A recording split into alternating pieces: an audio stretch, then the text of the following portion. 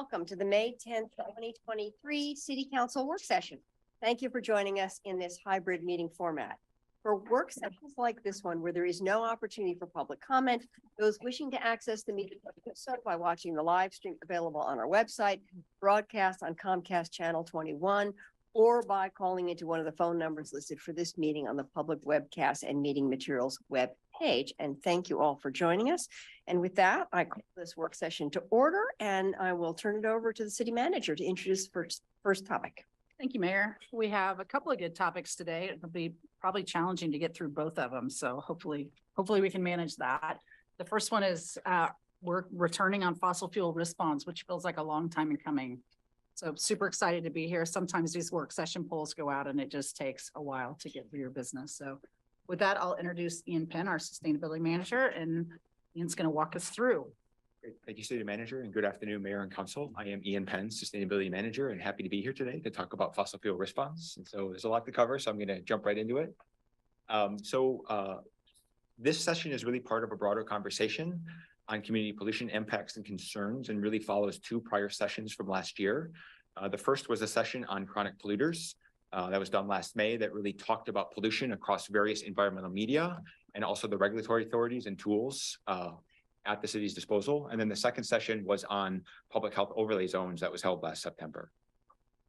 So just a quick summary of what I'm going to try and cover with you all today. So briefly, I'm just going to do a quick overview of the fossil fuel risk bond concept, spend a little time talking about some examples of this concept actually being put into practice with some local governments, and then a little bit of information on a rulemaking that's going on at DEQ, focusing on seismic vulnerability assessments for large oil tank facilities. So I thought just a quick definition to kind of kick things off. So what is a fossil fuel risk bond program? And really, this is a concept that has been advanced by the Center for Sustainable Economy, and they've defined it as a systematic effort by state and local governments to evaluate and respond to the financial risks potentially faced due to fossil fuel infrastructure in their jurisdiction. So that's kind of a broad sort of framing context for sort of what this concept is. So I think maybe to take a step back from that definition, what really drives the need for this type of program? Basically, it's because fossil fuels are a major component of modern day energy systems, and the infrastructure serving those systems is everywhere. It's literally ubiquitous. As a result of that, public agencies, the public at large, really face a wide range of health, safety, environmental, and financial risks from that fossil fuel infrastructure in their operations when things go wrong. Accidents, spills, fires, things like that. Things do go wrong as part of that. So what are the types of risks that a fossil fuel risk bond program can actually address? Broadly, risks fall into two categories. So the first type of risk is really about point source risk. So that is location-specific risk that traces back to individual facilities and that have owners, responsible parties, people that can be identified and ideally held liable to pay for accidents, spills, or things like site abandonment costs. The second type of risk is really all about diffuse risk or non-point source risk. And that is risk that is not necessarily tied to an individual infrastructure element or to a single responsible party, but are instead generated by the cumulative impacts of fossil fuel infrastructure elements taken together. So wide, broad scale risk. And so fossil fuel risk bond programs are really a way for local governments to address these two different categories of risk. So in essence, what they are is they're a market-based strategy intended to respond to the financial risk using what we call a polluter pays principle. So that is really shifting the burden for pollution and its resultant damage back to those who are responsible for it, who are the owners and operators of that infrastructure. So, with that, the risk bond concept really seeks to address risk through two basic approaches. The first approach focuses on expanding the scale and scope of what are sort of more conventional financial assurance instruments. So really something that a government could potentially require to cover cleanup costs, deal with worst case scenarios. These scenarios would be something that would be modeled and evaluated using the best science to get a better understanding of the risk and cost of a scenario like that. While these are often commonly referred to as risk bonds, that's really not just about bonds. It's really a wide range of different financial instruments that are possible under this first approach. In fact, state and local governments already have these tools at their disposal. For example, requiring insurance or bonding as part of city contracting. This is something the city of Eugene does as part of its contracting. It's happened at the state level as well.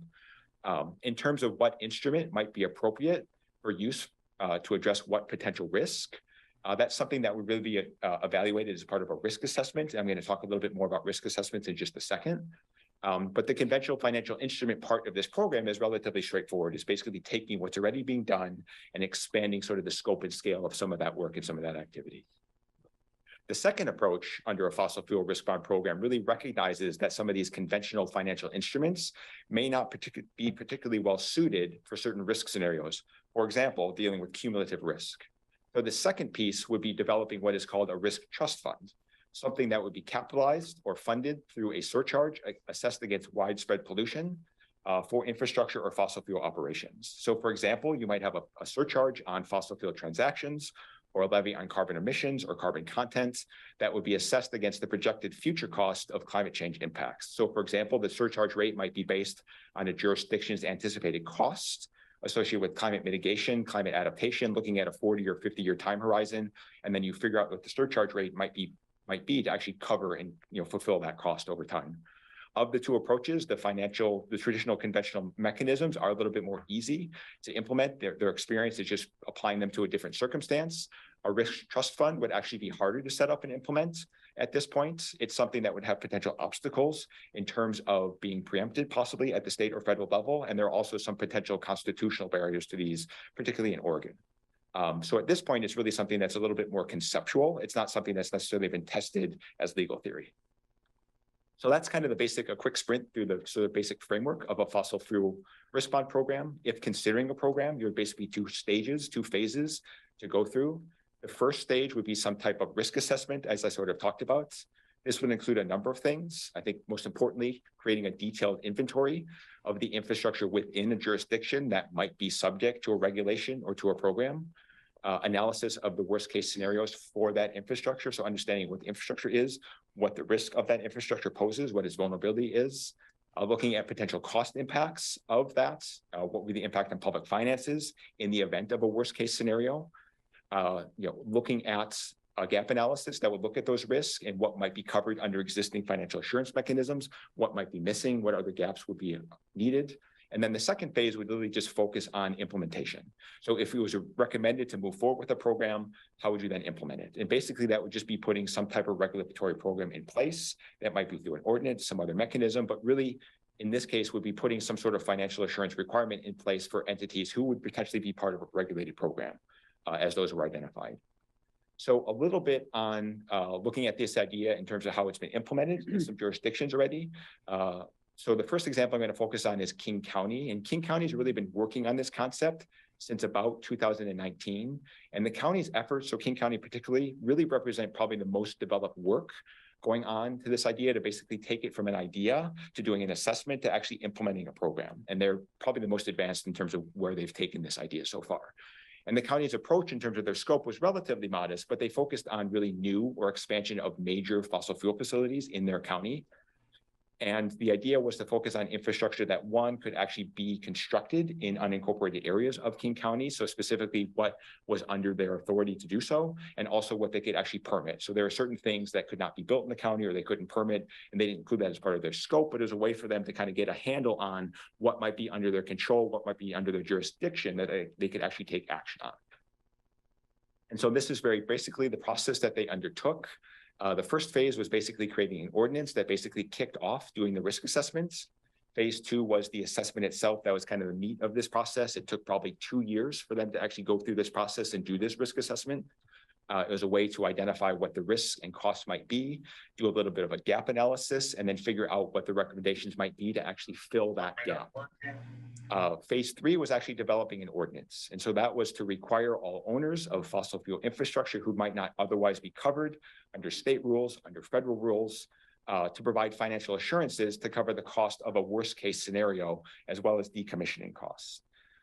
So ultimately, in terms of what was covered, the county decided to require financial assurance for 3 specific facility types that met their conditions. So 1 could actually be constructed in unincorporated King County, and 2 was also under their permitting jurisdiction. That was thermal power plants, it was liquid natural gas plants, and it was oil terminals. So those were the 3 facilities that they focused on for that facility. In terms of some of the findings from their phase 2 assessments, the county really found that there were 2 main risks that they were concerned about. That was vapor cloud exposure and costs from new brownfields, particularly in the cases of bankruptcy that might lead to abandonment of infrastructure in the county. Impacts associated with things like major pipeline spills, train derailments, a tanker or a barge spill were not recommended to include in their program. mostly because those were either considered to be not covered by their permitting jurisdiction, or it was being covered elsewhere, covered by the state, covered by federal regulations. It was something where they'd be preempted by other rules that existed. The county also recommended against developing a natural hazard risk fund or risk trust fund, kind of that second approach as part of the fossil fuel risk bond program. And the county really had two reasons for why they decided to do this. The first, and was the primary reason, was that under the state of Washington's Climate Commitment Act, which is their cap and trade program, basically that act prevented local permitting agencies from requiring additional greenhouse gas mitigation from covered entities, so long as they were in compliance with the act. And the three facility types that they talked about would be in compliance or would be part of that act. They'd be covered under that act, just given their sheer size.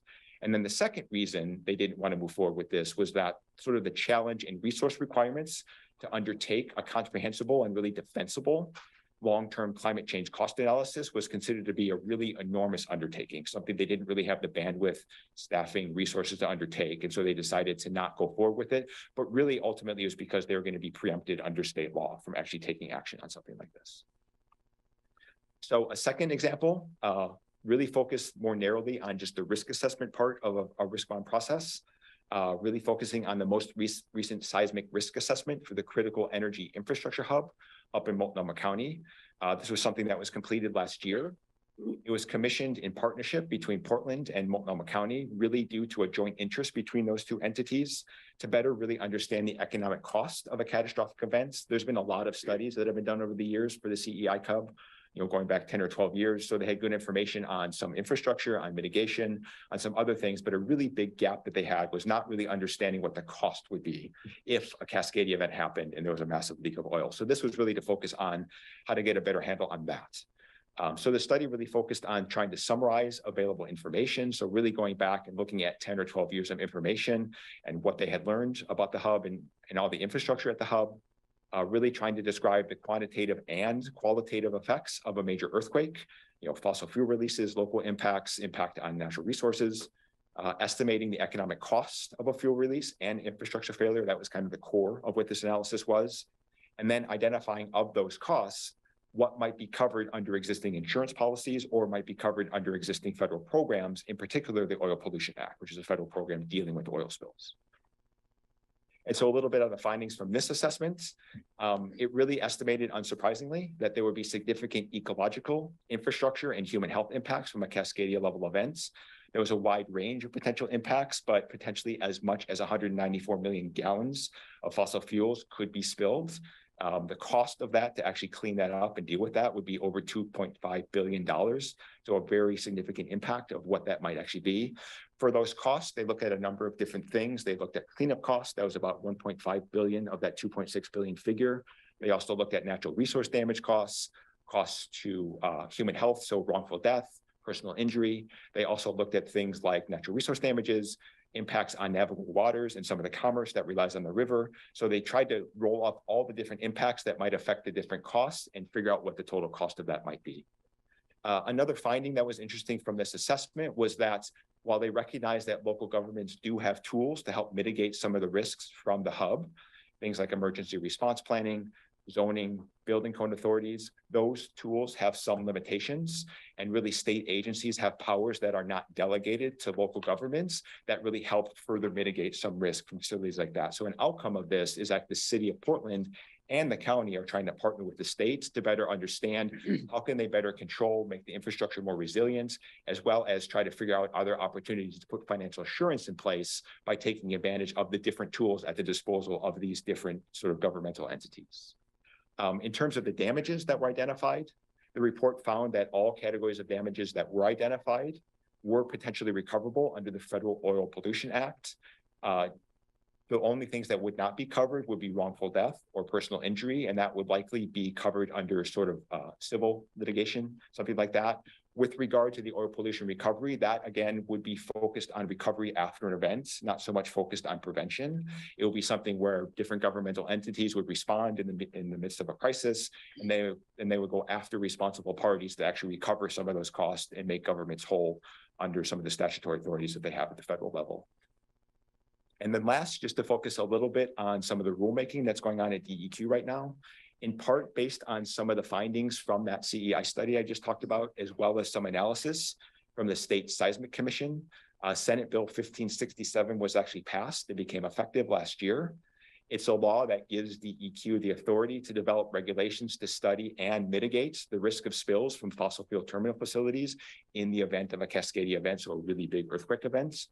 The regs require owners and operators of oil and fuel facilities to conduct and submit to DEQ what they're calling a comprehensive seismic vulnerability assessment, really something that's going to evaluate the facility's vulnerability to a really large magnitude 9 earthquake.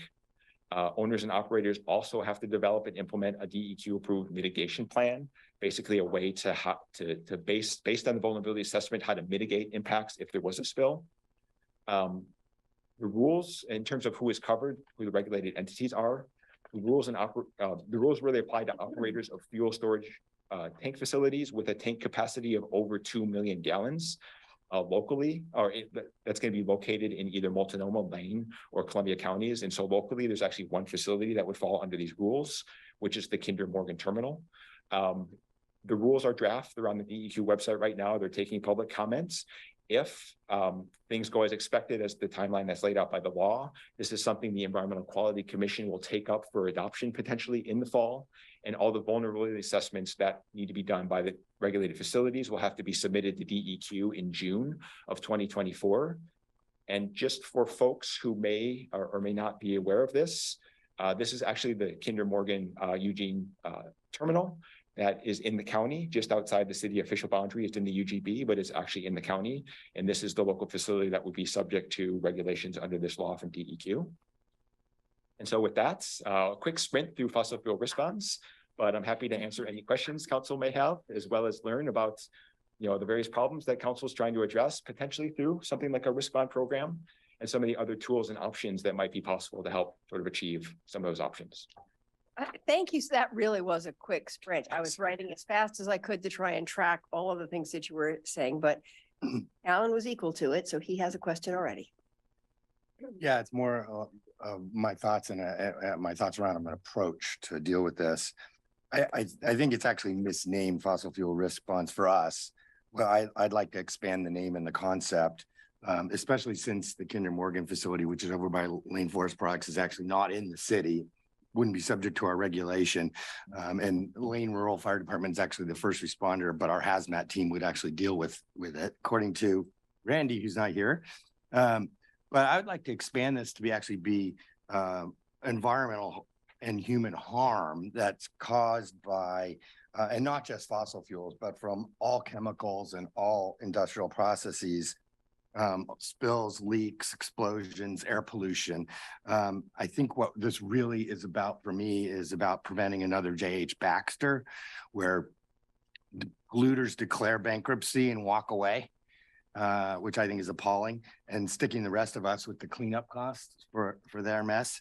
The principle for me is that the polluter pays, and if done right, what we're really doing is ensuring companies do what they're already supposed to do, which is to clean up their mess if they make one, and not stick us with the bill. And so making sure they have the financial resources to handle the mitigation of a terrible, harmful environmental event that affect many, many people for a long period of time is what this really should be about. I'm really tired of polluters walking away from pollution and sticking us with the bill. Our history across the country and in Oregon too is replete with thousands and thousands of examples where this has occurred. I mean, Superfund sites in the 70s and 80s is a prime example. And we haven't really caught up with making sure that this doesn't happen. I think the approach for us, though, is that we start small with the large, high potential impact sites, and then phase in the medium-sized ones and then the smaller ones like dry cleaners and gas stations, look at those down the road and see if they even make sense to deal with, because that can be a pretty big burden for not a lot of potential risk and a potential harm, comparatively speaking. If you live next door, that's not true. I think the process that King County kind of synthesizing what King County did is a good one, where you go out and you assess the risks, the amount, the level, the likelihood of these bad events happening, of this potential harm happening. And then assess the gaps in funding for risk mitigation at these particular sites. And then have a discussion about how do you close that gap between what they have available and what they need to have available to mitigate their risks, with different options like insurance and other things like that. Last point, I don't really see us doing this in-house. I don't think we have this capability. And I think this is really a consultant process, and we need to put probably out an RFP for this as opposed to doing this in-house. So we need to come up with the budget for that process. Okay. Thank you. Mike. Thank you, Mayor. I want to say that I agree with all of the points that Alan made with regard to the importance of protecting our community. And the people who live here and are forced to deal with things like he mentioned, J.H. Baxter, and other things that cause consequences for local folks that are beyond the scope of what they can deal with and should have to deal with. I agree with the intent and the idea of asking the question, what should we do about that? But I want to ask the city's attorney, aren't we wading into a preemptive quagmire here, much like Berkeley did, and we did, frankly, with the gas ban? I don't have a specific answer for you. If there, I certainly, because this was, an informational, if there is something specific that you want to move forward with, I would look at that, but just a super broad, it's very difficult to nail down where the preemption would come in. So as your desires as a council get more kind of dialed in, I'd be able to analyze that and provide a response much clearer. Right. Well, I suppose then I will make as my comment that while I agree with the importance of the questions that need better answers than we have with regard to risk to local community members, certainly from a Cascadia event, and I think our planning should be more robust around that. In a time where we have a $20 million budget shortfall, and we're talking about and debating the idea of cutting Green Hill or cutting a fire station, and plenty of 911 calls go unanswered. In that environment, I have trouble looking at the potential budget of what it will cost for the city to do this planning and this particular kind of work. I have trouble balancing that off against greater needs that are our local responsibility than this is. So I agree with the point Alan's making about the risk, but somebody's going to have to make a really good case to me about how we do it in such a way as to not spend oodles of money on something that is more properly a state or a federal responsibility. Thank you. Okay, thank you. Jennifer, then Emily, then Matt. Yeah, thank you. So I don't get to say this much, but everything Alan said, I agree with everything. I think he laid it out very well. And so I don't have to say it all over again. So I guess my question is, I think Mike's comments about cost and our funding ability is not unwarranted. It's definitely an issue. And I agree with Alan that this seems like something that would be appropriate for getting a consultant to come in and support our staff who are already have many things on their plate. So I'm wondering, I know this is only informational today, so maybe you haven't thought about how this might roll out here in our city, but I thought I'd ask. I mean, have you thought about what something like the King County, I think that's a really great model, would look like here? A little bit, but I think a lot of that really depends on kind of the scope and scale of what we're looking at. I think King County kind of reined in their scope, and so they focused on some very specific things. They made that is starting small and building from there as an approach for doing this. But they really started with just a small number of facilities, kind of what they had control over, what they thought they could actually do without being preempted, what they could actually enforce as part of their local jurisdiction. And working from that, they actually did all of their work in-house. Yeah. And it took them 2 years with a number of staff people that they actually threw at this. I'm actually talking to some folks up there again in a couple of weeks. I'm not sure they would do that again. They found it a really difficult process to do that. And I think they would probably outsource if they did it in the future. But I think the first thing is just figuring out kind of what is the scope that council wants to actually pursue, and then use that as a way to maybe reach out to some consultants and understand kind of what that might cost. I think just as for a little bit of context, for the CEI hub, I don't have good, so because King County did it internally, they didn't have good cost information. They hadn't really figured out, okay, it was half of this person's FTE for 2 years, it was a third of this person's. They hadn't really done that math yet, or at least if they had, they weren't sharing it with me as much as anything. But for the CEI hub, what they initially wanted to do there was look at not just the Cascadia event, but all the potential impacts that might come out of that. So really looking at Cascadia events, other impacts from infrastructure, just from run of the mill spills from trains, oil terminals, all the infrastructure that's up there. And to do kind of that really big comprehensive thing, they thought would be $500,000 for that facility. What they ended up doing just with the cost assessment was about 150 for that, just to give you a sense of what that is. Whether that's scalable to Eugene, I don't know, but that's kind of a sense of what that was for those studies there. 3 or 4 people working, on this for 3 years is not a small amount of money for doing that. But I think getting a sense of what scale council might want to actually pursue this would be really important to then figure out and reach out to consultants about, here's what we're thinking. There are consultants who do this, and so they could probably churn out a number relatively quickly about, here's what we want to do. We want to identify infrastructure. We want to do some really simple cost, risk analysis. And they could do that. But in terms of what that would be, I don't know. But I do think that, yes, I had thought a little bit about whether this is something staff could undertake or whether it would be something that could be outsourced. And I think we would figure out how to make it work if that's the direction that we went. But I think that there are people who have done this and kind of have experience looking at these different types of risk, who I think would probably be pretty well suited to actually do this work and support the city in a really effective way doing that. Yeah, okay. I think that like I said, Alan's idea of targeting some of our larger industries or businesses that might be a risk, and then moving out into smaller and maybe some of the smaller ones is a good strategy. I think it seems like doing them all at once might be extremely expensive and take a lot longer, and it would be nice to kind of be able to make some progress on some of these J.H. Baxter facilities that folks are really concerned about and should be.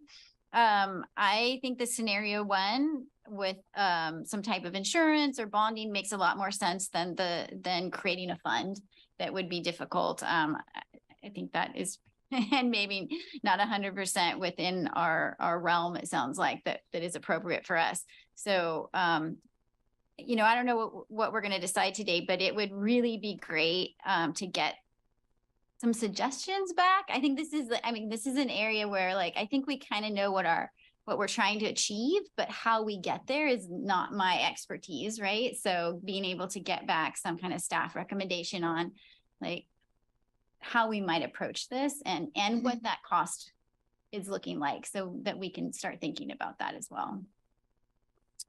Okay, thank you. Emily and then Matt. Wow, Ian, I'm glad my brain can go as fast as your speech. And then I read it first. No, I like it. Make us efficient. It was a great analysis of it. I pretty much also agree with Alan. In some ways, it's sort of opposite of how we did the gas ban, in that we started small and went big. And in this case, we have the bigger entities capable of causing a huge effect on our population. I do think it should be more than fossil fuels. The pollutants are wide ranging and have a huge effect. I also agree that a seismic situation is different than our everyday risks. I'm of course worried about that, but I don't think that the city of Eugene can really take on a level 9 earthquake. My question, can we start with a lesser model and then later, as we see what the state does and other parameters, add on to it? Get deeper, like the second level. We don't have to do that now to do it later. I mean, I think there's a number of different ways this could be approached. Again, it goes back to kind of what council wants to, I think we want to avoid these problems in the future. Like there's kind of these macro goals and vision that we're trying to do. I think in terms of a process and how it might unfold, there might be ways to do it in sequential order, just to understand What is the infrastructure? Like, do we have good information on that? Like, could you just do a survey and understand that? And then work from that to figure out, okay, well, what are the facilities or what's the infrastructure you want to focus on? Or what are the hazards that are most prevalent or most important, whether it's, air emissions and things related to what has happened at the Baxter facility, or whether it's things related to, hazardous waste. Is it brownfields? Trying to figure out what it is that council is maybe most interested in or most wants to focus on, and then figure out what tools and mechanisms might be most well suited for that. It may not be a risk bond program. That may not be something that fits or can actually work within the regulatory structures amongst the state, federal, local level. That's something that had to be investigated a little bit further. I think the first step is understanding what are the goals, like what is the interest, and then trying to figure out what approaches would be most well suited for doing that. That sounds like a really good approach. I'm always interested in more information before I make a decision. What happened with J.H. Baxter is unacceptable. I want to do whatever we can to prevent that. I think that some of this comes under our climate programs, which we're also looking for money for, but this certainly affects our environment. I'm mostly concerned about the health of the people here now. That has to come first. And the people around Baxter have a huge risk, and that's not okay. We can't let that happen again. I'm also, and I think the idea of a consultant, I know we're really tight for money, but we could investigate how starting small, how much that would cost us. I'm very leery of cutting into staff time because we need everybody working on what they're working on now. So also, I think it's important to know what we can actually accomplish rather than having larger goals than we can actually meet now. If it doesn't fall into our permitting jurisdiction, what does? And maybe we should focus on lobbying the state to help us with these desires and necessary protections. So thank you very much. Hey, thank you. Matt? Thanks, Mayor. This is like Counselor Alan Zelenka's gratitude day. I'm totally on board with what Counselor Zelenka and friends have mentioned as well. I have a few questions, and I'm all on board for requiring fossil fuel companies to pony up cash to protect against and remediate future obligations and risks. But how do we ensure ratepayers aren't saddled with the cost, and how do we regulate a specific type of an insurance policy or a credit line to be in place to cover potential liabilities? I point to, you mentioned disaster after disaster. Just doing a bit of digging, you look back into the oil spill disaster or the train derailment in Quebec in 2014. The rail industry had X amount of millions of dollars of liability insurance, but it was $1 billion cleanup effort. And so the government of Canada is left holding the bag. Reading up on trust funds. Well, before I go there, looking at the King County plan, I recognize that it revolves largely around fossil fuel development locations. The report recommends allowing fossil fuel facility developers to submit multiple types of fiscal mechanisms to cover potential explosion and site contamination costs, but it's pretty light on railway or industrial pass-through via the roadways and waterways. And then finally, just you can go to sightline.org to read more about this piece, but reading up on trust funds, this particular website indicates that while trust funds and super funds can be used to finance environmental remediation projects and related claims that come from the impacts of fossil fuel pollution, no jurisdiction has yet extracted an adequate surcharge for the fossil fuel industry's biggest risk, climate change. I wonder how we would set up a surcharge on all fossil fuels that pass through our municipality and pass through our region that could potentially provide a new source of revenue. Yeah, that sounds impossible. Okay. Did you have a response? There's a lot there to unpack. Yeah. You have 34 seconds. And are you wearing R2D2 socks? I am. You are fact back. wearing R2D2 socks. Didn't It's a nerd fest. Oh, my God. Really good eyesight. A lot of those questions, I think I'd have to get back to you on, Councilor Keating. I think specifically for King County really focuses on what they had permitting jurisdiction over, so what they can control. So for things like trails, train spills, other infrastructure like that, that was something where they would be preempted under state law or federal law. So they figured they didn't have control over that. So that's why they did that. On the financial assurance mechanisms, they basically left it up to people who would be applying for permits to actually build new facilities. The one thing they did not allow under their ordinance that they've approved of last week was to allow self-bonding, so a corporate guarantee. So to say, hey, we're good for it. Look at our books. We can cover this. We have it. We have it in reserves. They did not allow that, but any other mechanism that met the cost that they would come up with for an extreme events, and that would be abandonment and for having some type of vapor explosion. You could use any other mechanism so long as you could demonstrate that you had the financial capability of paying for those events. So that's kind of how they designed their program. But again, they started at a really small scale to focus on what they could control and what they could actually calculate in terms of what the financial risk would be. The surcharge thing is, I think, really complicated. I don't think I know enough about it. It hasn't been tested at the local government level. There are federal government surcharges that exist. The Oil Spill Liability Trust Fund is a surcharge-based fund that exists. It's actually a supplement to the Oil Pollution Act. And so there are kind of statutory limits on what the Oil Pollution Act will pay for after an event, and anything above that, or in cases of insolvency, it covers a responsible party who's not able actually to pay for that. And so they do exist at the federal level, but it has not been tested. So it's kind of untested legal theory at the local government level. And I think, better understand kind of what the goal would be for that, to understand what the potential impacts would be. If that was a pathway to pursue, I think the first thing would have to be done is to figure out what that cost is, and to do that actually cost assessment over a 40 or 50-year time horizon to figure out what the cost of climate mitigation, climate adaptation would be going out to 2050, 2060. The only municipality I'm aware that has done this is Tacoma.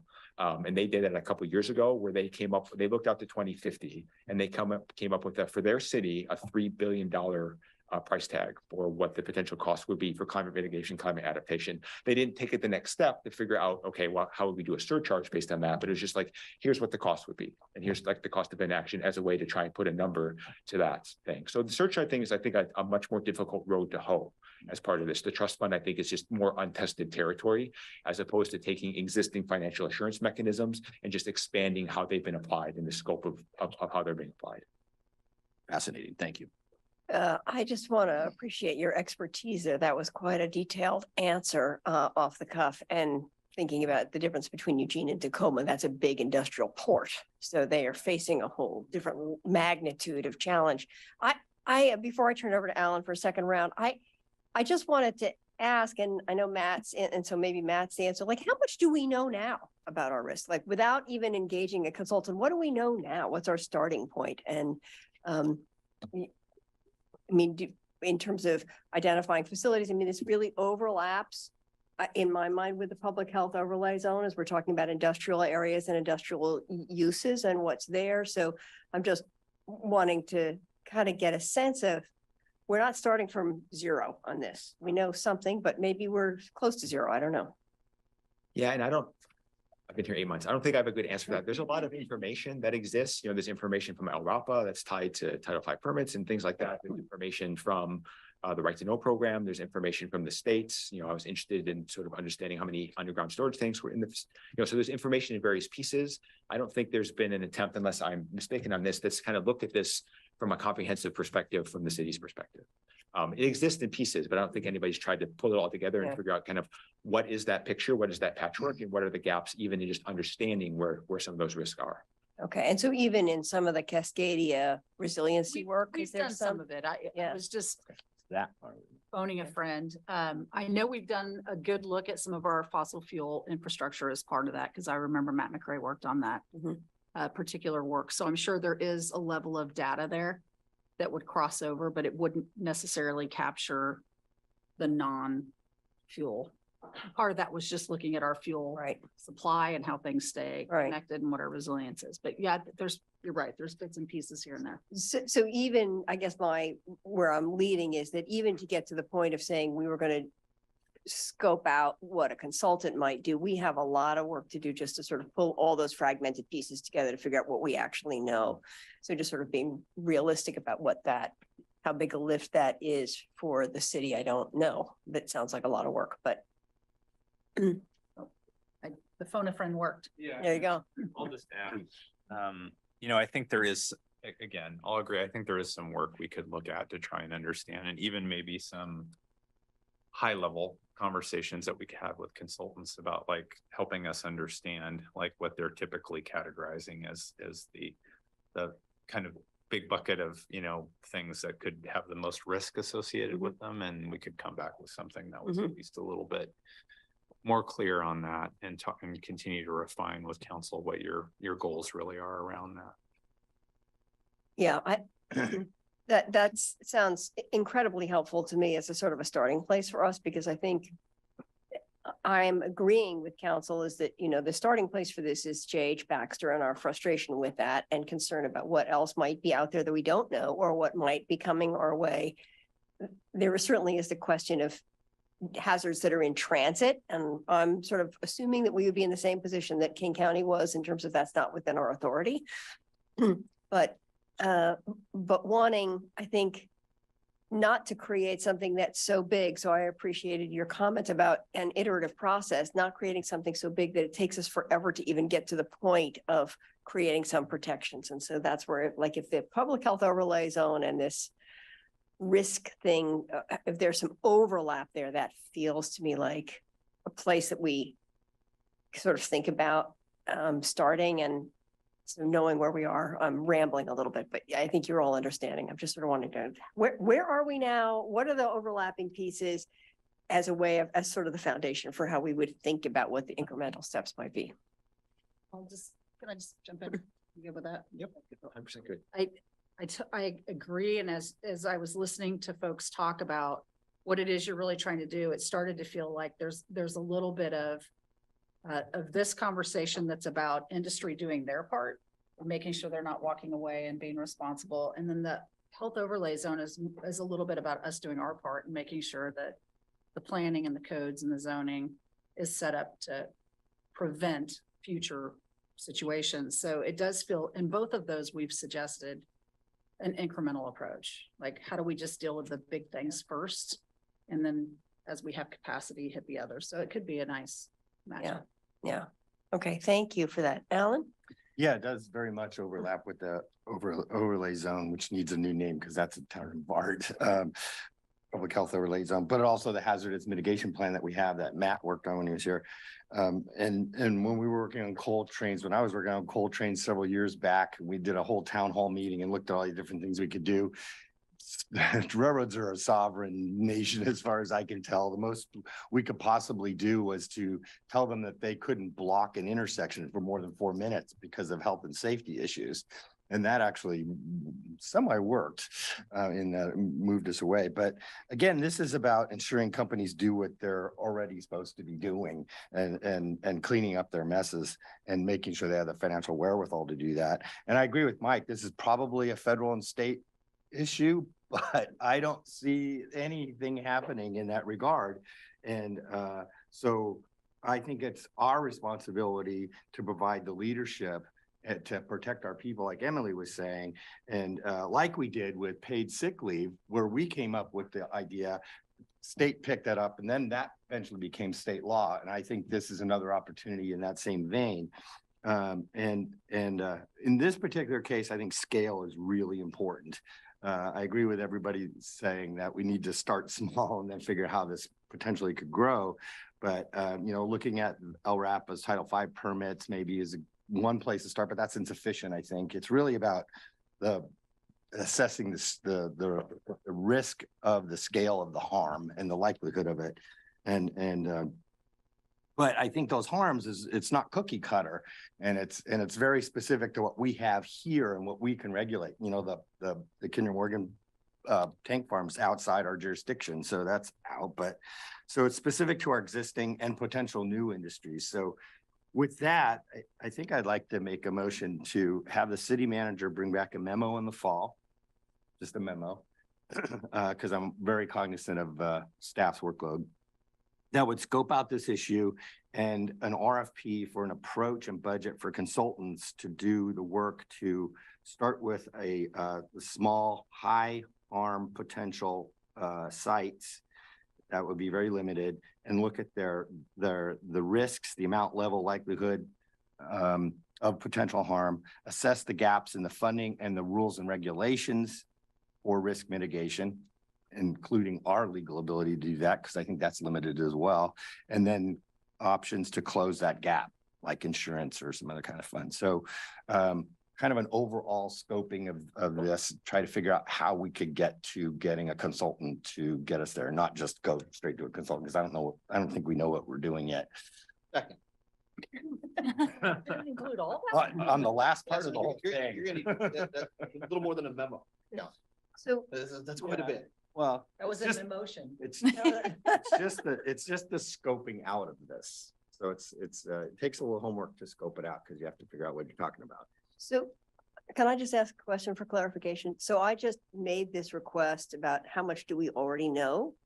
So are you suggesting that that would be incorporated into this memo about how much we already know about the risk? Because it feels to me like that's the first step, is like, what information do we have in hand before we even know what the scope of a RFP needs to be? Yeah, I think that's appropriate. I think, but figuring out what the scope is, I think when you do that, you kind of have to go, okay, what do we already know? What do we don't know? And then that could be the part that we don't know could be part of the RFP that we would send out for a consultant to help us with.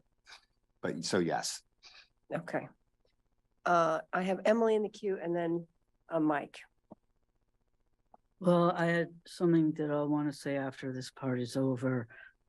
Is that enough time to do all that stuff? Well, so I'm not sure I captured all of that. So I think I'm curious whether what I'm hearing, and it sounds like there's going to be a majority that wants us to continue down this road and scope out an incremental process. I'm wondering whether it would make sense for me to sort of nod my head that we check in with you and a couple of others around what the scope of that would be. And then I can come back and say, here's what it looks like. And you can say yes to that. Is that? I don't want to say yes and say, yeah, we can come back in the fall and then have Ian look at me and say, oh my God, you just like, but what I'm hearing you say is you would like us to come back in the fall with a memo that sort of describes how would we scope this out to include what we already know. I mean, The risks and the gaps and all that stuff. Yeah. And what it would look like to just have a consultant look at it all. So just to clarify. So that's not an enormous amount of work. We would be not bringing back the risks and the gaps, but how we would have an approach to Yes. identifying those. Right. I think that work is done by the consultant. I'm looking at you because can't tell if that's a panicked look or, yeah, that's what I expected. No, I think we can do the work to kind of understand what we can understand, at a first level, what's already there from all hazards mitigation plans, what we know from some of our other planning work. And then we can probably do a little bit of work to see what's out there in the consulting world, and then have a little bit of a better plan, something to give back to you for feedback about, is this what you're thinking? Yeah. As far as what And we're, I can write this down and send it to you as well. But kind of that, what are the risks? What's assessing in the gaps, and what are the options to close the gaps? Any? I am still concerned about how much time that will take, but fall would go into our December break, so it's not like exactly 6 months. I'm wondering if we need a motion to ask you to go forward with this. I will support it, but I wonder if we need to do that. And that's enough on this thing. Well, I think we have a motion. I already know, and but seconded. I'm Not just, sure we need one, but I don't know. that Oh, not sure we need one. Yeah, I'm not sure we we, went anyway. you want one anyway. Okay, Sure. that doesn't surprise me. Okay, Mike? Thank you, Mayor. Did we get a second on that motion? I don't remember. I heard. We one. did. Yes, we did. I seconded it, Counselor. Thank you. I assume from the moments of conversation there between Sarah and Matt and others that this is likely a high-level staff memo that doesn't involve a bunch of staff. Could the manager estimate for me the amount of time, money, and effort to put this together, or is it a pretty simple thing you think you can do with 1 or 2 staff people by the fall?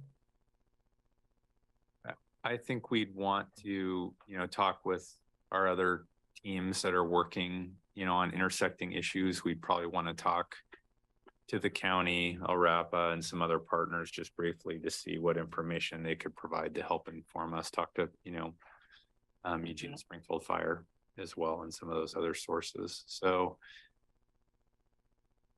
Yeah, I have to say, I recognize the risks that are present, and it would be wise for us to know the extent of them. And so to that degree, I tend to be supportive of Alan's motion. However, we don't have enough money to take care of the parks we have, and thus we're asking people for more right now on the ballot. Tonight, we're going to hear about the potential for closing one of our fire stations and cutting in half or better the amount we can spend to take care of animals. And as a matter of priorities, this is a tough one to call.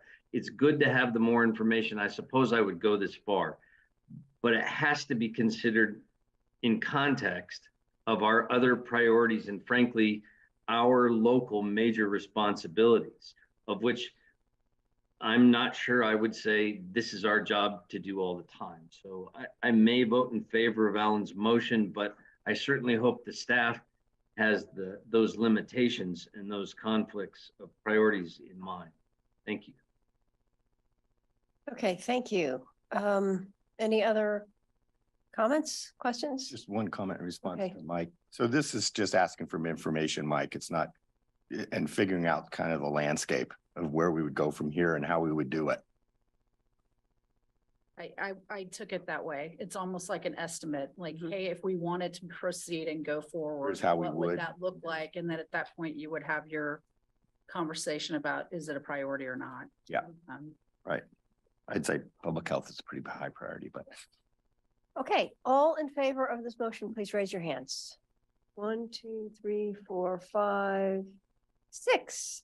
And we're missing 2 people, so that's unanimous. Thank you very much. Thank you. That was, yes, Emily, one more comment, sorry. Yeah, bringing it back to the here and now, I've heard that the J.H. Baxter site is not secured, so someone could go in there, do some vandalism, steal something that let dangerous things out. So I'm wondering, not that I want to spend more money, I don't think it's our responsibility, but J.H. Baxter's not helping. Is there anything we can do now to protect the neighbors from an insecure site? I'll follow up with you on that. Okay, great. Thank you. That's it. Okay, yeah, thank you for asking that. All right, with that, I think we're adjourned, finished with this part of the work session. Thank you so much. It's such an interesting report, and we're looking forward to the next step. Good job, Ian. And now we'll make a transition. We can just pass it to You Gabe. can just pass it. Jeff will be here in a sec with the. Gabe and Jeff. They're all scrambling to Wouldn't get be in right the without door. Jeff. Hi, Gabe. Hi. Oh, nice to see you. Did you meet the Jeffs already? Okay. I don't know if you need a few minutes to load up your. Next, Hmm? next.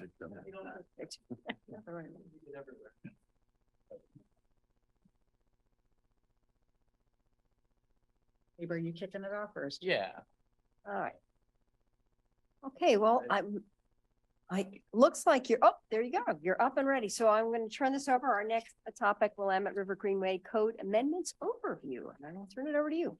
All right. Well, good afternoon, Mayor and Council. I'm Gabe Flock, Principal Planner and Project Manager for the Greenway Code Amendments. And today we're here to share a project overview and some background on the basics of the Greenway permitting process in advance of Council's hearing, which is coming up on June 20th. I'd also like to introduce Jeff Gepper, Senior Planner, as one of our resident land use code experts here to help with the presentation. And I'll start with a quick overview of the project purpose and key objectives, as well as some of the project history and public process over the last 2 years. Jeff will then take us into more detail about the history of the Willamette River Greenway and the permitting process that we do have as it exists today. He'll clarify some of what the proposal does not do, and then walk through some of the key new greenway standards that are proposed in this code update. So for just a quick refresher, the primary purpose of these amendments is to update Eugene's greenway permit process to include a new set of clear and objective standards for the review of housing development in the greenway. So this means that applicants would have a choice, like all other major land use application types, essentially a choice to go through either under the clear and objective track or the existing discretionary track. One key goal of this process is to maintain balance by having comparable standards in both tracks. The idea is to provide applicants with certain options for certainty or flexibility, recognizing that a one-size-fits-all approach doesn't work well for some projects. But in all cases, these projects have to be reviewed for consistency with the greenway requirements with regard to compatibility and scenic values under statewide planning goal 15. Jeff will talk a little bit more here in the presentation about what goal 15 is and what it requires.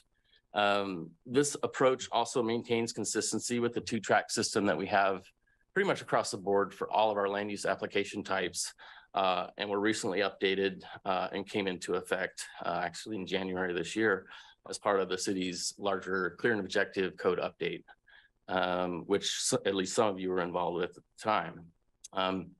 Well, as we'll talk about more along the way, part of the trick with these amendments is to translate the inherently subjective requirements of goal 15 into clear and objective standards that can be applied effectively. And in this case, it's specific to housing projects. It's an important note. And that's why we've really given such careful consideration and taken the time to make sure we're checking all the boxes when it comes to protecting the scenic values of the Greenway as one of our most valuable natural assets in Eugene. So the origins of this project came out of the city's broader clear and objective code update, which started in 2018 and following council's adoption just came into effect. So the Greenway Code amendments were identified at that time in the context of that project as being outside the scope of the larger clear and objective update, partly due to complexity of this dilemma of trying to establish clear and objective standards working off of subjective statements within goal 15. But we recognize that under state law, we have to have a clear and objective set of standards for housing. And again, the idea is to have this balanced track that applicants would have a choice to undertake either path. So since that time, we began the process in late 2021 with some initial public outreach. We did an info session, I think in February of 2022, and then held Planning Commission's first public hearing in March of 22. We had deliberation meetings following in June and August. And so based on the pretty robust public input and Planning Commission feedback we got, we took a step back. We made some pretty substantial changes to the code, which then led to a second public hearing before the Planning Commission, which happened in January. So 3 more deliberation meetings then led to Planning Commission's unanimous recommendation for council to approve the proposed code amendments. That was in March, and that's what brings us here today. So we'll touch on some of these topics in more detail, but a few of the key changes that we think actually strengthen the draft code from where we started over these last couple of years include one, the addition of river-centric tree preservation standards to both application tracks for greenway permits, landscape buffer standards that are required to include native species along the setback, idea being for screening and habitat value. 3, we dove into details about further limits on walls, fencing, and maximum building length with the idea of preserving views to and from the river. We did a fair amount of updating to the greenway setback mapping along the way, and the pedestrian access requirements for accuracy. And really with the idea, again, of limiting impacts from new housing projects near the river and within the setbacks that we're establishing. So, and fifth, I think it's important to note, the idea with these amendments as they're drafted is to continue to require public hearings for all Willamette Greenway permits under either track. Wanted to put that out front, but it is some of the, I think, in-depth conversation that Planning Commission had, and we really worked through in those deliberations. So it's important to note up front. So at this point, council's role is really to review the recommended draft code, consider additional public input before any final action on the amendments. And we thought it would be helpful to walk through more of the basics in detail before the hearing on the 20th. So with that, I'll hand it over to Jeff.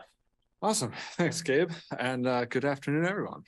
So I'm going to, before I dive into the nitty gritty details of the Greenway Code amendments, I'm just going to pull it back a little bit and talk about statewide planning goal 15. So for anybody unfamiliar, we have 19 planning goals in Oregon, and one of those is specifically calling out the Willamette River.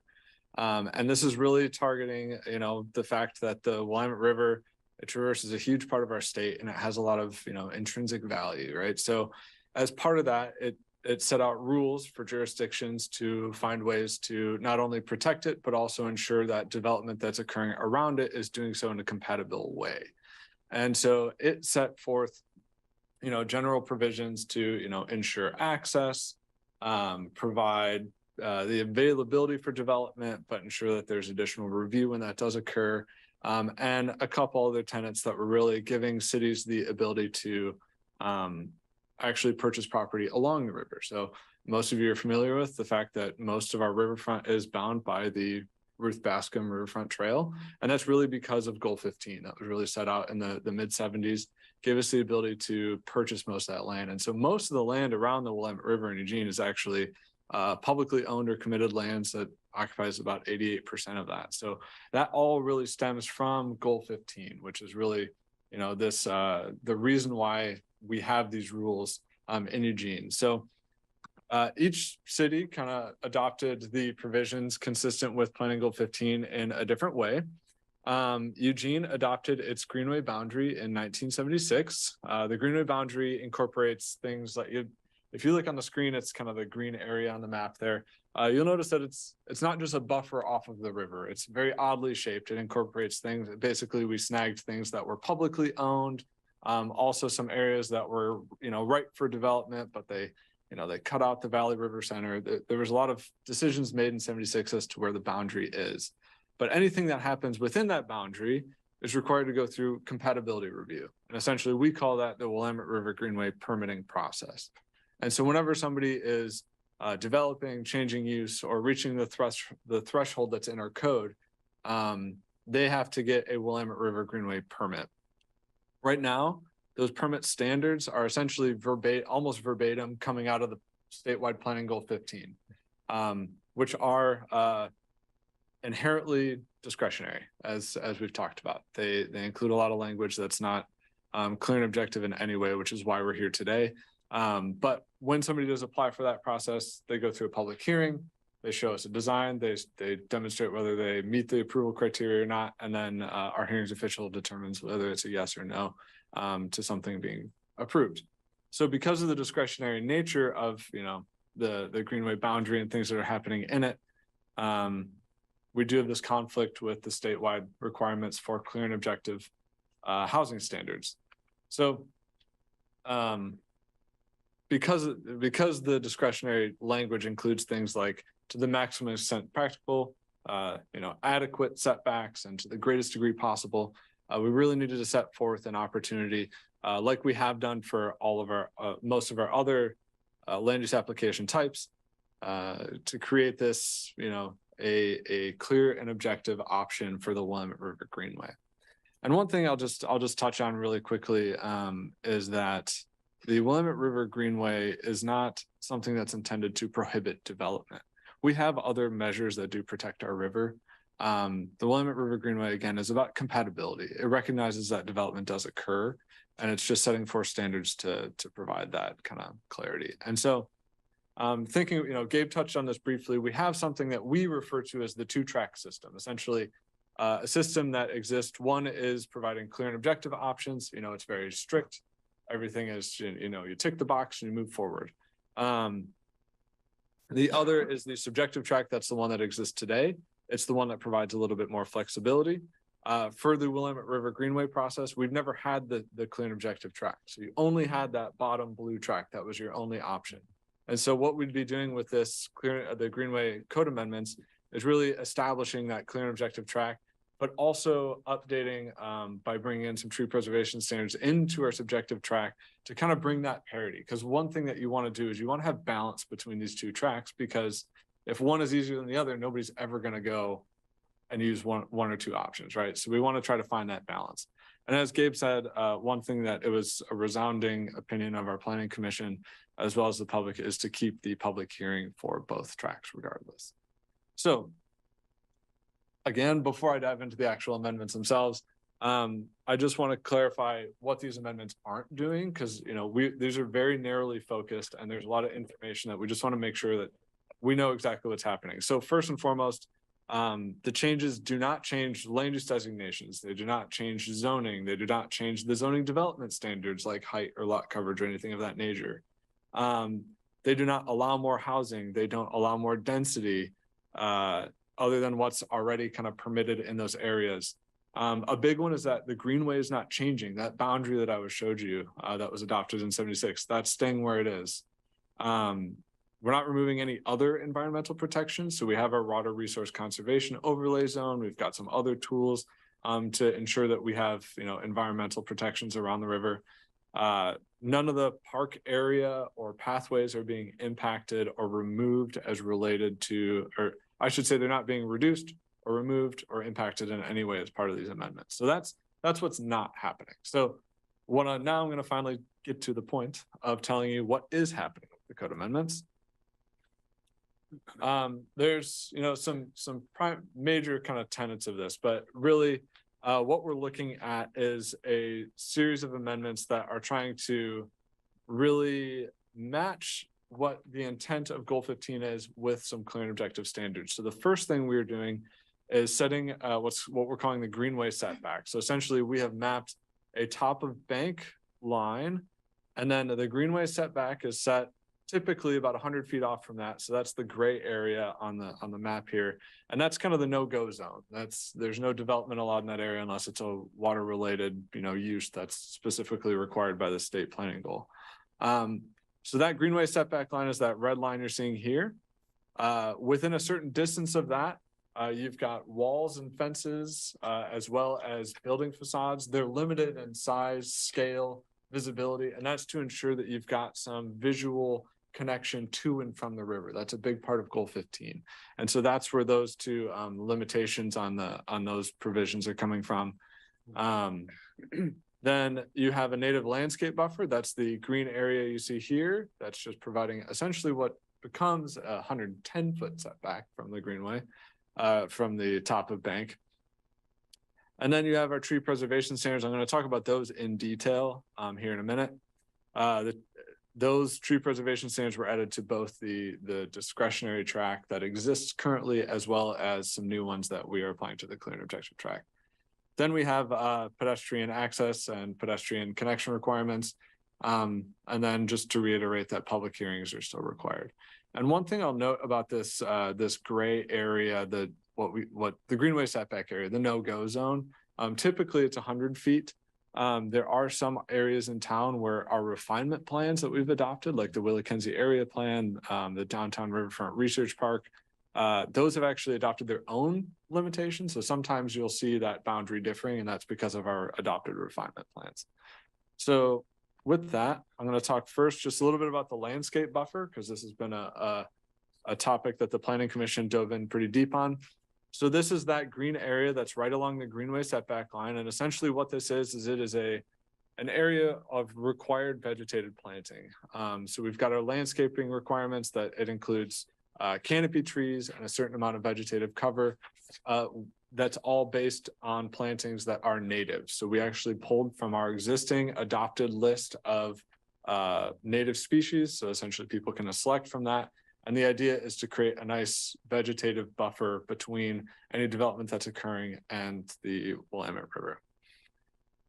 So thinking about our tree preservation standards, as I mentioned, we're actually incorporating, this is a big piece that came out of our public, some of the public testimony that we got and the planning commission's interest in taking that seriously.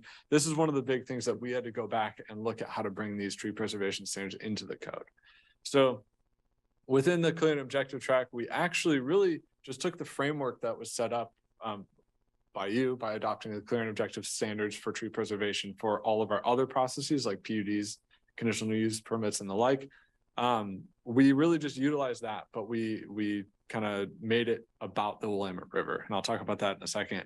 And then for the subjective track, we did something very similar. We took our subjective tree standard requirements, we added something about the river in there, and then we added that to essentially bring tree preservation into the Willamette Greenway process, which previously hadn't been. And so with the clear and objective piece, what we really did is we took the idea of, we really value our ridgeline, and that was demonstrated with those clear and objective standards where we have a higher degree of tree preservation the higher you get, right?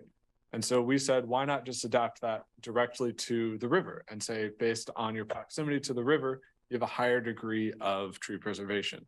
And so we really just utilized that tool that we already have and just made it based on your proximity to the river, which looks something like this. So in the example on the screen, you can see the top of bank line here that's in blue.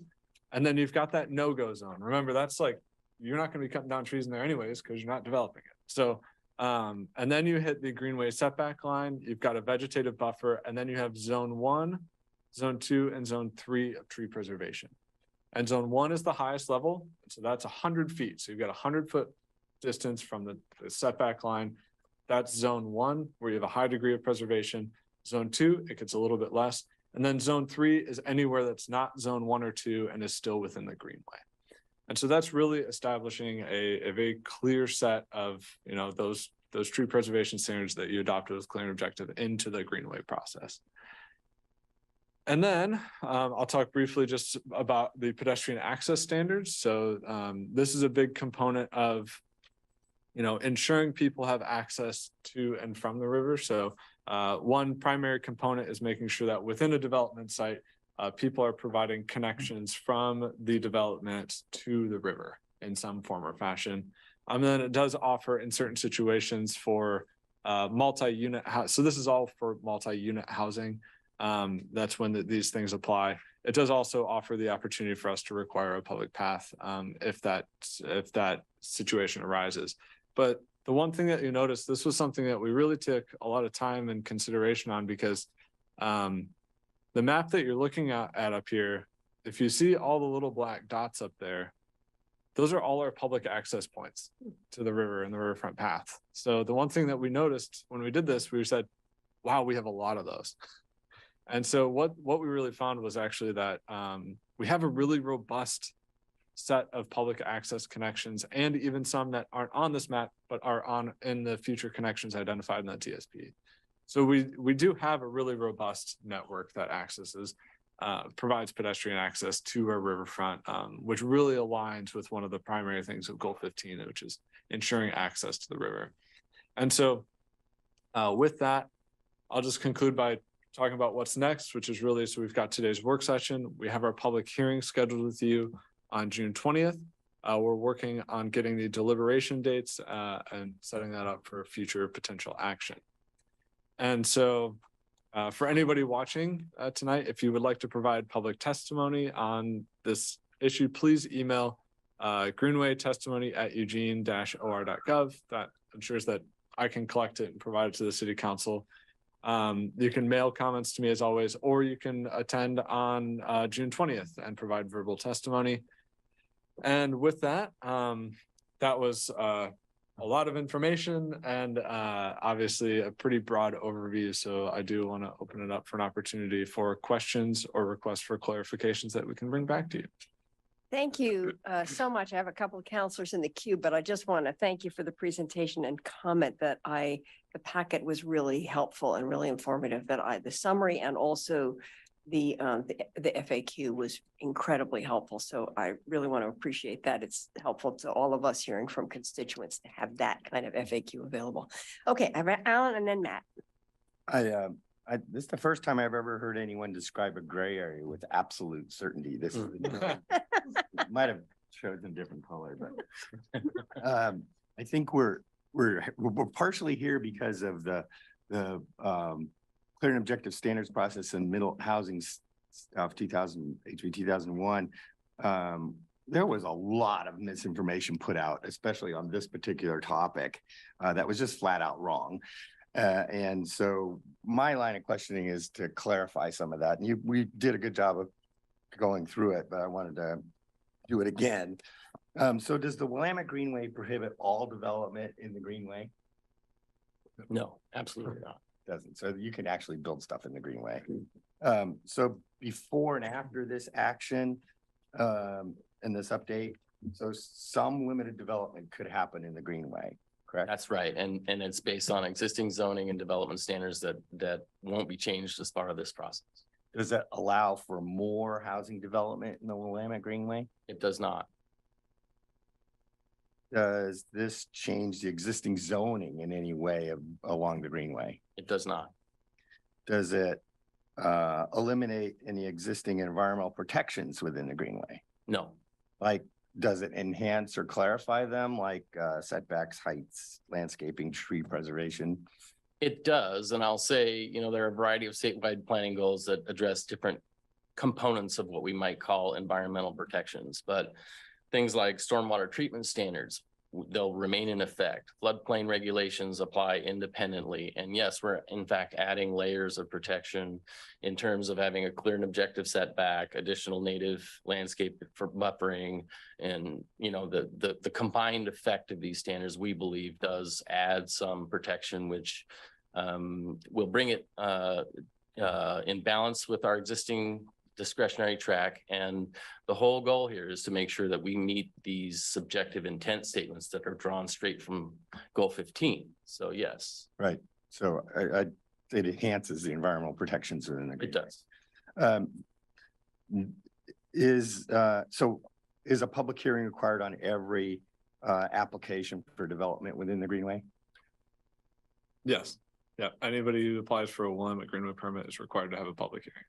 I'll just clarify, there are certain triggers in the code, and if you're under that threshold in terms of maintaining a building or a very, very small addition, repair, no. But even something as small as a single family dwelling on a vacant lot could trigger a Greenway permit. They come in all shapes and sizes, but yes, pretty much everything, new development has to get a Greenway permit approved. And if you want to know all the nuances, that's why we have Lauren here. Does the non-Willamette Greenway development, other places in the city, have this dual track option? Yes. So this is borrowing it from that. So it's continuation of being able to do either the, I think, misnamed discretionary tract or the clear and objective. Yeah. It makes it consistent with all of the other major land use application types we have: PUD, CUP, subdivision, site review, et cetera. One rule across the board. One rule to rule them all. Okay, thanks. That clarifies a lot of the questions I thought were brought up during that process. I like this. I think this is, I think it's good enhancements to the Willamette Greenway, good environmental protections. And I'm looking forward to people's comments on the June 20th public hearing. Thank you, Mike, Matt, and then Mike. Thanks, Mayor. I got the Tolkien reference. What? The Tolkien reference. Yes. I have a question. I have several questions. It's interesting that the Leo Harris Parkway and presumably Autzen Stadium are within the Greenway boundary, Willamette Greenway permitting boundary. Will we have a public hearing on UO's prospective plans following the proposed land swap, should that go forward? Yeah, as long as it reaches, again, it will likely reach that threshold of requiring a Willamette Greenway permit, similar to, they recently had the football training facility that went through a Willamette Greenway permit. Anything happening in that area is going to require one, likely. you mentioned discretionary nature in regards to the subjective piece and the hearings officials or the hearing officials' rulings. I'm interested, how often, what are the data points around the hearing officials either denying or permitting? Are there X amount that are, what's a ballpark that are that apply annually and how many are denied? I'm happy to provide that information to the council. The planning commission asked a very similar question. We created a whole spreadsheet that kind of walks you through all the greenway permits that have occurred in the last 15 years or so. Generally speaking, they're not denied because typically people, they're working with staff to identify whether or not something can be approved. And if it's not going to be able to be approved, they usually withdraw rather than continue down a process towards being denied. Interesting. I would say 99% of the cases, they've been approved in some form or fashion. Now, oftentimes with conditions to ensure that they're consistent with the criteria to really, meet the thresholds and the standards that are set for the greenway. Who are the hearing officials? Is there one hearing? So it's an independent reviewer who we hire essentially. It's typically a land use lawyer of some kind who has no stake or conflict of interest within the city of Eugene. Okay. On page 7, slide 13, in regards to tree preservation, what's the thinking behind the elevation numbers? And I'm going to frame it this way. I'm at the top of a pretty steep hill. It's the kind of hill that you get off your bike and walk your bike kind of hill in South Eugene. We're at 614 feet. You'd be pretty hard pressed to find many places in the South Hills that are north of 900 feet. I wonder how cemented these numbers are, how we arrived at these numbers, and what would be the process from dropping the 500 feet and 900 feet down to a 250 or a 400. That's a great question. I think, in terms of potential scope issues with regard to this project, we'd have to look at amending the South Hills study as an applicable refinement plan. Those elevation thresholds are set both as a matter of policy within the refinement plan and also mirrored in the code. So, everything over 900 feet, very stringent standards, and then it ratchets down as you go down, I think between 500 and 700, and so on. So it would be a combination of both relooking at and amending the South Hills study, as well as the code to change those elevation thresholds. So what this does is match both the concept, right? In terms of vertical, in the case of South Hills study, more stringent the higher you go, or in this case, horizontally with respect to the river, more stringent as you get closer to the river. Now, I think what is fair for discussion, at least within the scope of these amendments, is what's the right percentages, right? Of how much preservation, the distances of the zones. And I'll say that we started with kind of the initial discussion and then planning commission support to match those percentages based essentially on what was the good work that was done in a clear and objective update, such that, over 900 feet, you have the same kind of percentage of protection that you would if you're within zone 1 of the greenway, right? That first 100 feet beyond the setback. So it correlates with that system. Would you be able to share with us what percentage of that South Hills area are at above 900 feet? What percentage of the South Hills area are between 500 and 900, and what percentage are make up the remainder? We'd have to come back with more detail. We did not analyze that as part of this project. And if that's going to be a burden on staff time, I'm happy to do that independently, but I would like to know that before suggesting an amendment. I think those numbers would be highly informative. And I'd be happy to. The South Hills study does go into detail and does have a series of maps that do have the elevation, which is where these kind of standards apply. And so I'd be happy to provide that. I want to just make sure it's clear. The South Hills stuff is not part of what you're doing. We're just putting it up there as an example.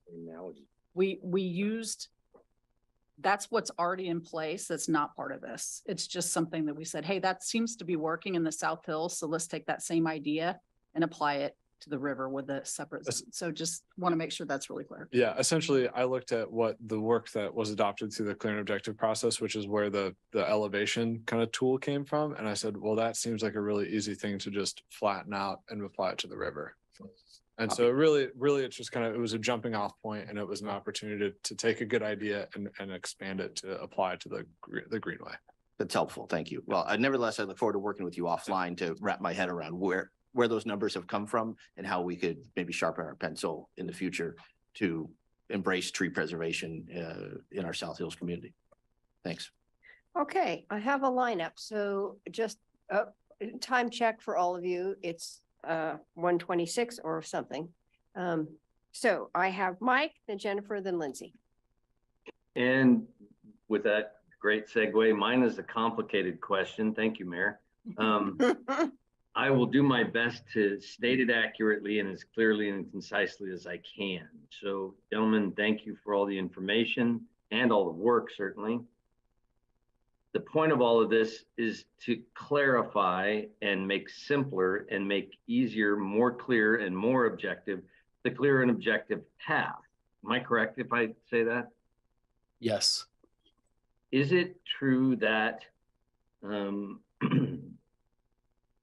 the Willamette Greenway stuff, or lack of a better way to describe it, is not controlling when versus the comp plan, or is it part of the comp plan? It's actually part of the comprehensive plan, and we have extensive findings that address all of the relevant policies. There's actually a specific element in the Metro Plan that speaks to the Willamette Greenways. So it's integrated as part of our comprehensive plan, and these standards in the code are what implement those policies. Got it. And so at the beginning of the work, and one other thing, a refinement plan is also part of the comp plan, correct? The neighborhood refinement plan reflects the power of control with regard to the Metro Plan. It does in geographic specific areas, yes. Okay, so in my initial involvement with River Road Santa Clara neighborhood plan, my layman's way of explaining it would be to add greater subjectivity to those codes, those laws, those regulations around building in and around the river. So my question is, are you confident that these clear and objective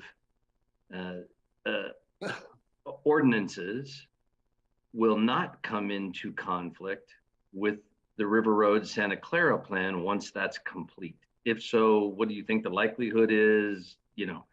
Are we going to argue about that in court forever?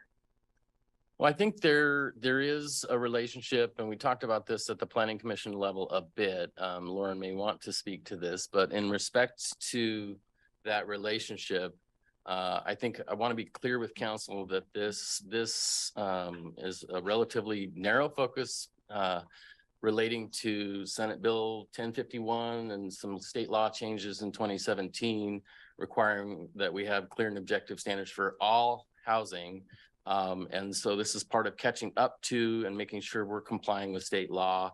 It's with respect to the River Road Santa Clara plan, it's sort of on a separate path. It may very well include policies related to the Greenway, but none of these actions are specific to the River Road Santa Clara plan that's in effect today.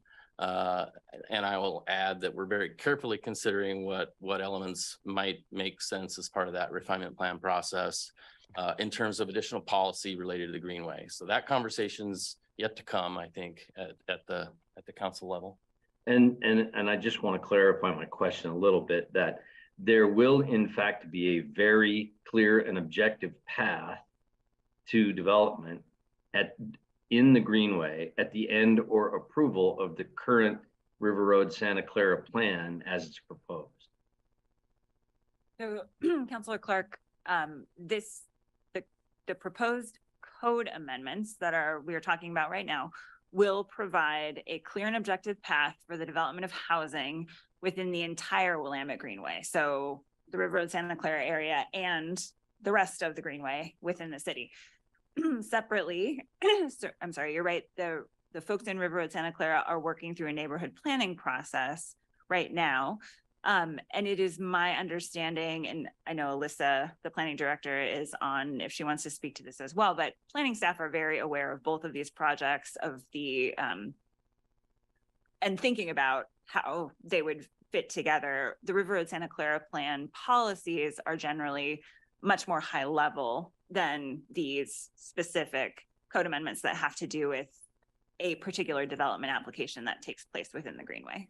Does that answer your question? Yeah, kind of, but if you and Catherine will forgive me, please, I just want to make sure we're not going to create an attorney's full employment act here. We got plenty of work. It's okay. Too late. I would love to know your thoughts on the 12% that's actually, you know, not already a bike path. Where the degree to which those two efforts may intersect, cause conflict, disagreement, potential lawsuit. What's the likelihood of that in the future? Well, I can't speak to specific likelihood, Councilor Clark, but my understanding is I'm not aware of any conflict between the River Road Santa Clara plan as currently proposed and the clear and objective code amendments as currently proposed. And certainly if council were to want to make significant amendments to these clear and objective code amendments, we would consider how those might affect the River Road Santa Clara neighborhood plan proposal. And we would let you know if we saw a potential problem. If I may, I'll just add, you know, as part of that planning commission conversation, close consideration of the testimony we got from River Road folks, we did, I think, as part of what is responsive and actually improved this project in terms of the strength, in terms of adding tree preservation standards, really very closely looking at the public access requirements. And so through that iterative process, we think we've actually responded in code that will apply sooner through these amendments than would occur through some longer term refinement plan, which is yet to come. So. Okay. Thank you all very much. I know mine was a wide open question, but I appreciate it. Okay, thank you. Jennifer, oh, Jennifer's okay. How about Lindsay? Real quick, I want to thank you and commend you for that process. I've been following along, and it was really clear to me that you took a lot of that community feedback and really incorporated it into this amendment. And I think there's still some community members that would like clarification on, and I'm sure you've kind of gone over this a lot with them already, but just to state publicly, why would someone who's applying choose the clear and objective path versus the subjective path?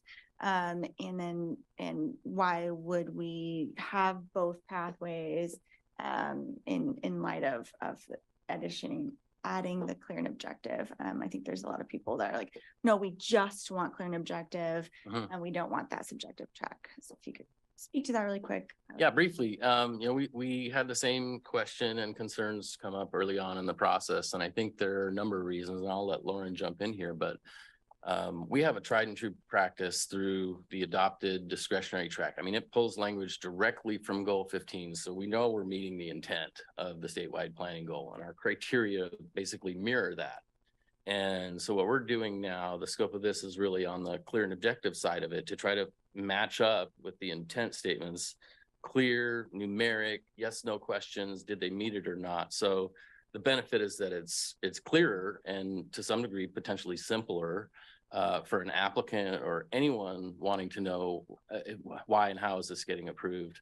You know, and I think part of the concern, I'll just share, I'm you know, not the attorney, but I would think that we might come into some sort of potential risk if we were to just drop the discretionary track and try this new untested set of codes. So that's one big factor as to why we think it's important to maintain both.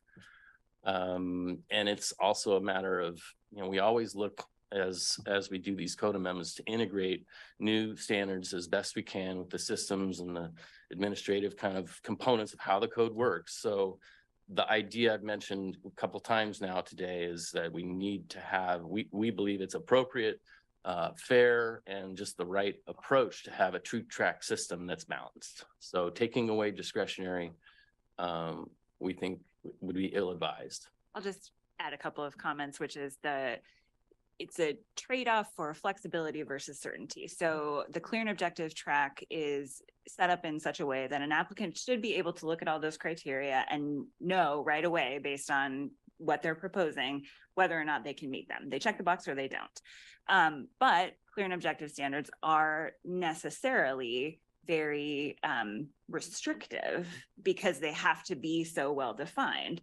So if you have potentially a piece of property that's a funky shape, or you want to do something creative in a design plan, that may not fit well within the clear and objective track standards.